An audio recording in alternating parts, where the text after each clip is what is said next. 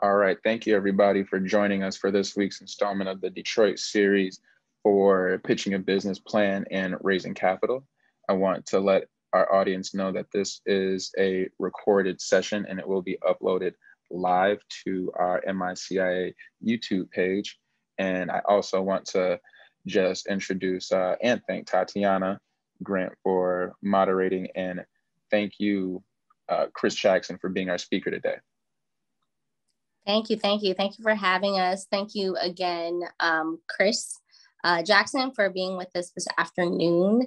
And again, thank you for the MICIA for hosting these for us. So to begin, Chris, if you can just tell our viewers a little bit about yourself. Chris is the owner of Sticky. So if you could just tell us a little bit about yourself and your company and just how you got here. No doubt. Appreciate you all for having me. Tatiana, Isaiah, MICIA. What you guys are doing, really dope. Chris Jackson from Pontiac, Michigan is where I hail. I am part owner of Sticky Cannabis Operations, I should say now, because we aren't just a retailer. So we have multiple locations open currently, one in Ypsilanti, one in Battle Creek, Michigan, that we just opened about a month ago. And then we have others like River Rouge, the next couple of weeks coming online. Southfield is being built as we speak, and then likely Muskegon. And then we're building out a cultivation facility in Reeltown and Lansing, Michigan. So all over the place with those. And I'm also secretary for the National Cannabis Industry Association, the NCIA, which has been really fun too. So thanks for having me. Awesome. So along those lines, if you can just tell us a little bit about, from a financial and funding perspective, how you all came to be. Were you all completely self-funded? Did you start really scrappy and bootstrapped it? Can you just kind of talk through the early beginning phases and how you all got to where you are now? Yeah, for sure. So when my partner Jake purchased Sticky Ipsy, would have been 3.5 years ago. I think I've been on board with Sticky for about 2.5 years. So 3.5 years ago, when he had Sticky Ipsy, it was still in the medical market. So we were seeing some success, but when I came on board is when we really started to do expansion. Right, it was kind of already in the plan, and then we just kind of put it into practice. And so, yes, to answer your question, the first location was very much a scrappy situation in that the income wasn't necessarily there to expand in any capacity. And then recreational happened in Ipsy. And once rec happened in Ipsy, obviously margins got a little bit bigger than they were before, right? If everybody in Michigan is averaging a 14% margin in the medical market, we basically tripled in revenue almost overnight, right? So that was a boost for sure. And we had an opportunity. Sticky Detroit was around for a minute. We had an opportunity to do a joint venture where we essentially started a store from scratch, right? So this was March of 2020, right? Yes, right before the pandemic hit, right? So literally, Sticky Detroit is set to open, and then now we don't even know if we're going to be able to operate in business. Thank God for becoming an essential business by way of the governor. But for us, that was our opportunity to literally start from scratch, because again, Sticky Ipsy, even if we helped grow it, had been around for a little while before we even purchased it. And so anyway, so we got through that trial. We were successful in it with Detroit, Sticky Detroit. But we had done enough to, I think, like raise enough money on our own without a need for any investment at the time to be able to look at doing a second location and then a third location. But our approach as a business is very much the Marriott approach, is how I like to call it. And so the Marriott approach is there's some entities that we own outright, and then there are others that we have joint ventureships in and or investors in, right? So really the early beginnings was building enough of a brand and showing enough success, not just by way of a brand, but actually in revenue, which we did in Ypsilanti especially, but even in a saturated market like Detroit. So now we have a resume to go to investors and say, okay, well, this is what we were able to accomplish by ourselves, basically bootstrapping it. And in order to participate in anything that we're moving forward, then you're going to have to bring something to the table more than you would for a brand new brand out the gate. Excellent. Well, I would say you gave us quite a bit of insight into that. So thank you very much. So it sounds like it was kind of a hybrid of a couple of different approaches that got you all to this point. Let's say you're starting from ground zero and, you, of course, where you are now in the industry, firsthand of the challenges and opportunities. If you were being very scrappy and resourceful, what are some tips and tricks that you may share, with an up and coming brand or entity that either is or is not seeking investment? So there is very much this balance or this dance that you have to continue to do. And it's not just in this business, right? It's in any business. But since we're talking about cannabis, you always want to recognize what your worth is, of course, right? But at the same time, 100% of nothing is still nothing, right? So, at what point do you, as a company, say that I want to do this dance of equity that I want to preserve versus an injection or an influx of cash, and what am I willing to give up in the process of doing it? And it really depends on the resources that you have access to, right? There are multiple levels of negotiations depending on the funders that you're in conversation with. You have family and friends, which, coming from where I come from, my family and friends didn't necessarily have 100 or to 150,000 to give me, right, to be able to do my thing. So then you transition into, what we call angel investors, right? People with some money that see the industry for what it is, that don't necessarily command a lot of equity in exchange. And then you obviously have your venture capital firms, your VC firms that can give you more money, but are likely to want control over your company. And so what you have to take a step back and do and say is, all right, what's the most important thing to me? Because I know some retailers where ego gets in the way and they don't really care one way or another if the business is successful ultimately, because they own it, right? And it's just really important for them to own everything, and that's cool. I'm not judging it. At the same time, I think there's a middle ground that can be had, right? So for us, at least, we're to a point now where we probably should have taken on some money earlier. We just made a few of the right decisions in the process where we were fortunate enough to continue to be successful. And that allowed us to command more money now. And to be specific, right? I mean, one of our more recent projects, we took on investors, but it was to the tune of a $3 million valuation, right? Because it was a location that was existing. And when I say valuation, I mean, basically we took on $300,000 for 10%, right? So in exchange for 10%, we took on $300,000. That basically gave us a $3 million valuation, but it was a new location in a fairly saturated market.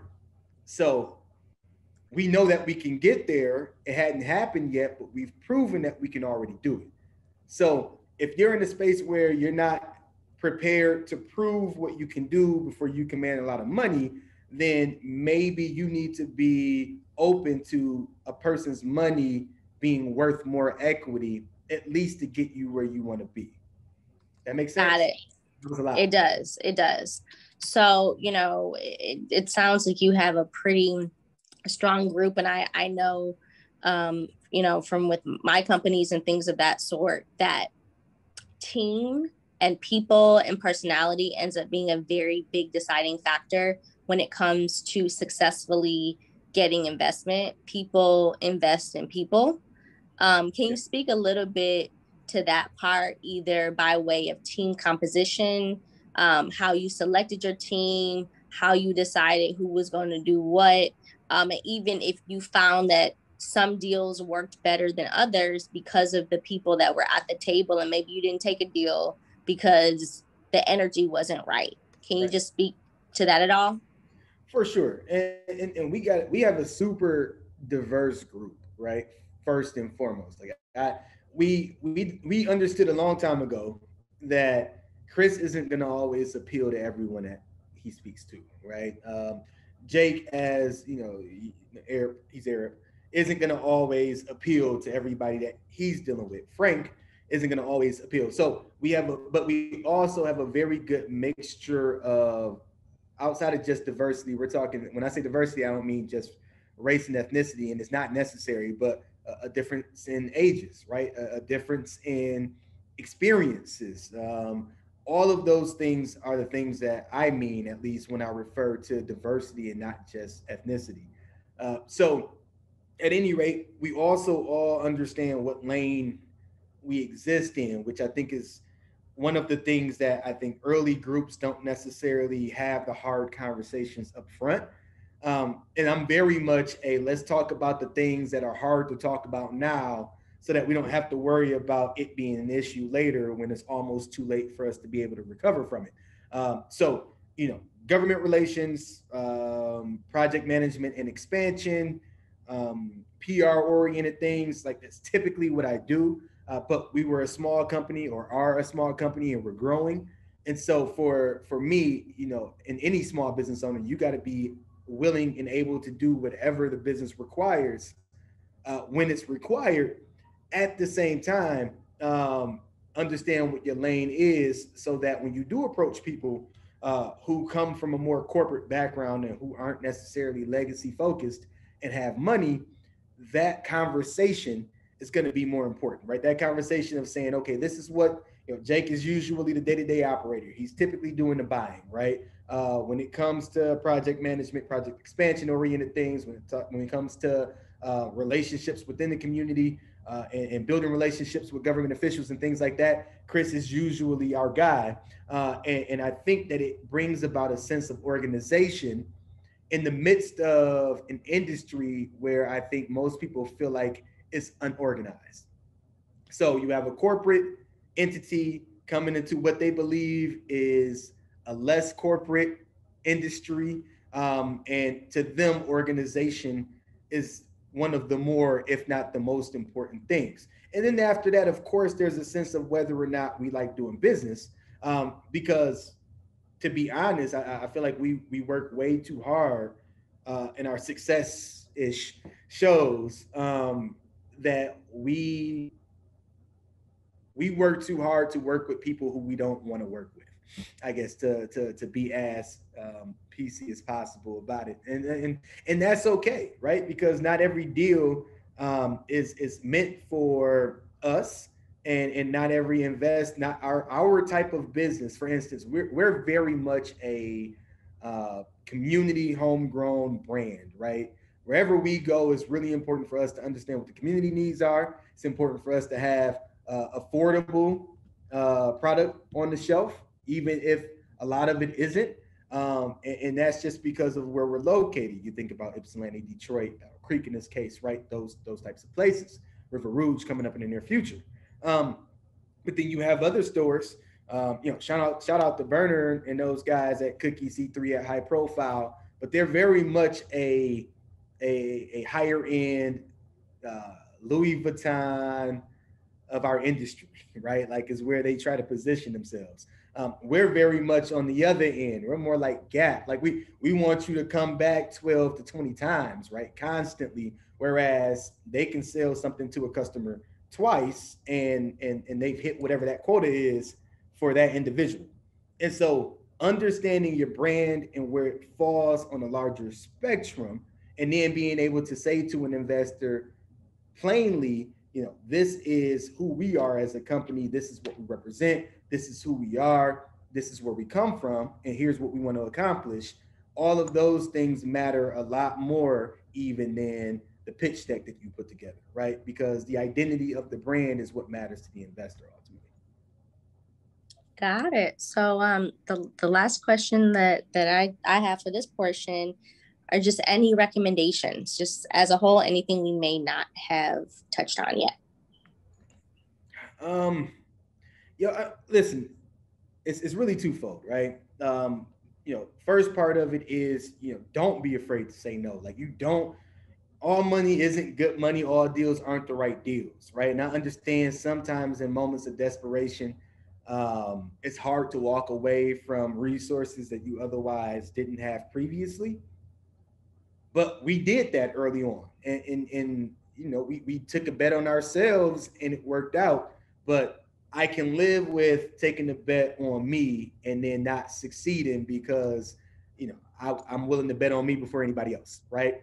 And so you have to have that level of confidence in yourself and in your abilities to not only operate, but to learn, to grow, to evolve. Like, you have to be willing to evolve as a person, as a brand, as a company.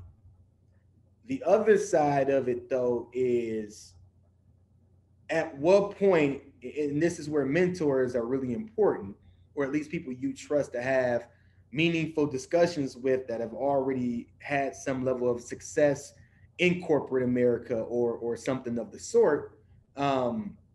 And you just mix your knowledge of the industry with their knowledge of running businesses and organizations, because there comes a time when, again, 100% of nothing is nothing. And an infusion in the right strategic relationship could actually be the difference between you having a brand that blows up ultimately, or you having to close your doors prematurely because you weren't willing to find the space, the right space to play. And most times than not, there is no right answer. Like, it's the right decision is only the right decision after the decision has like played out its consequences, right? So you can do your best to calculate all of the risk that are involved, and make the best calculated decision possible. But again, there's so many variables in everything that we do that you just take the information that you have, you make the best decision possible. You don't just rely on your own knowledge in making those decisions, and then you live with the outcome. And better to do that than to regret making any decisions. So that's what I would share is kind of an extra point, I guess, extra 2 cents that doesn't pay anybody's bills. You know what I mean? Got it. Thank you. Isaiah, I am not seeing anything in the chat, but it could be the way I'm connected. Are you seeing any comments or questions that came in that I may have missed? I am not seeing any questions or comments in the chat currently right now. Got it. Okay. Well, I will. Either I was really born or I answered everybody's questions. You know what I'm saying? Really thorough. Yeah, I was gonna say, investment is one of those topics that, sometimes may cause you to have to go back and watch it a couple times. So it may be a case of, some delayed questions that we get later that we may have to relay on to you later. But again, thank you, Chris, for your expertise and your word and your recommendations. As a reminder, everyone, next Monday is a holiday. So we will not be working or asking you all to come on the Zoom next or on the live next Monday, but we will be hosting one on Tuesday, July the 6th. And it is going to be on marketing compliance, launching your brand and marketing compliance. And we have Mike Delora, who is the Chief Corporate Operations and General Counsel of House of Dank. He's going to be talking about marketing and branding tips, cannabis marketing regulations, and then compliance and recommendations. So again, we thank everyone for joining us. Those of you who've been coming to us week after week, we thank you, and have a great and happy and safe holiday. And we'll see you soon.